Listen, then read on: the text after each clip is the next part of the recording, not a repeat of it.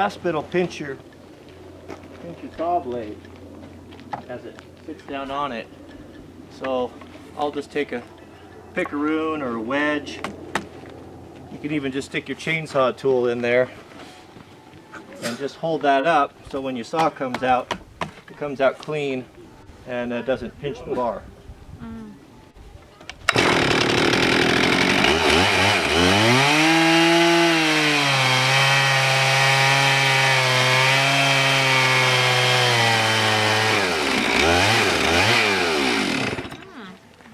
That's nice.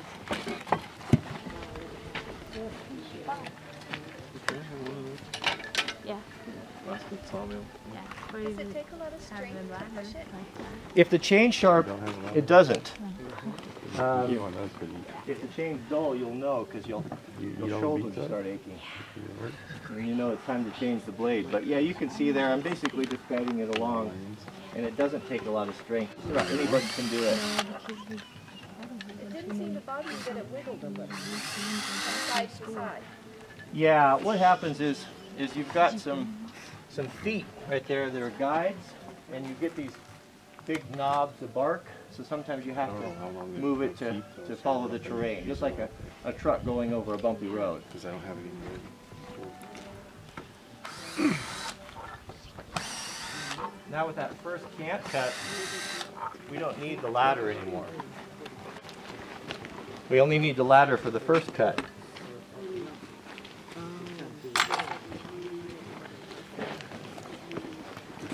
You take your rakers down pretty good when you do that? What I find is I'll sharpen about 4 times on a brand new chain Before you even touch them, right? before I have to get to the rakers. Yeah. Again, if you feel it pushing, or you have to really push it hard, and you know your chain is sharp, your rakers might be too high. What are rakers? Actually, it's a false nomer. They're not rakers, they're depth gauges. Rakers come from the crosscut saws, where they actually did rake, and they would store the noodles in the gullets of the saw, and they look similar, but they're just nothing more than a depth gauge. So you can see right there, you guys can come over here and look if you want. It's a pretty fine cut with the ripping chain. It's suitable, in my opinion, to build with pretty much as it is.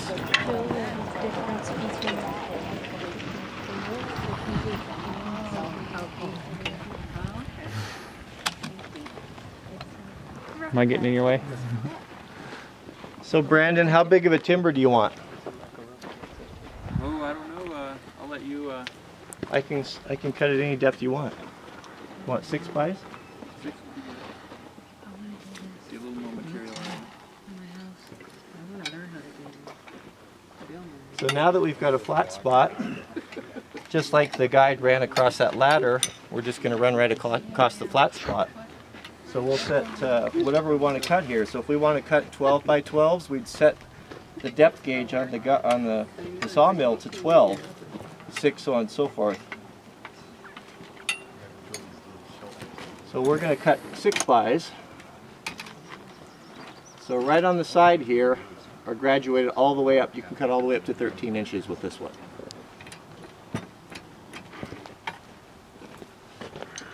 Is there a size you cut most? For timber framing, 6 by 6s, 6 by 8, 6 by 8. Not much bigger than 8 by 12s. That's about as big as anything that I would ever use, and that's excessive. If you wanted to, could you just keep slicing it like that and have it longer? Yeah, if you're going to do siding, for example, and you want your siding to be 3/4 or 1 inch, you just set the saw guide for 1 inch, and you just start slicing. And that's how you do your siding. How long does it take to sharpen the blade? I can sharpen these blades in about 5 minutes. But you've sharpened a lot of blades. Yeah, I've got there's a little, I don't like things that are gimmicky, and when the company that makes this saw blade, or this sawmill, they watch my videos, and a lot of people have bought them because the videos I've put up on them, And so they said, well, you know, we want to send you a couple things. We want to send you our new sharpening system. And it was this silly little electric grinder that was 12 volt. And I thought, no, my granddad showed me how to hand file. I'm a hand filer. I don't use that nonsense. Absolutely. And I looked at it, and I tried it. I tried it again, and I'm sold on it. It's actually really good. You can get away with hand filing if you're really good on short bars, but when you start getting 32, 36-inch bars, long bars, if you aren't really good at it, that saw will just start to curve on you, and it's difficult to sharpen. Everyone thinks they can do it, but very few guys can actually do it, and usually the guys that are doing it every day. So for most of us, for the rest of us, if we can have some sort of a guide, I think it's worth doing. So how long would it take a beginner to sharpen with the guide? I can set it up when we're done. I can show you. A beginner could set it up and could sharpen a blade in less than 10 minutes. Okay. To really accurately, very, very accurate. There you go. There you go. Now you be the one to do it. I don't have to. I live with them.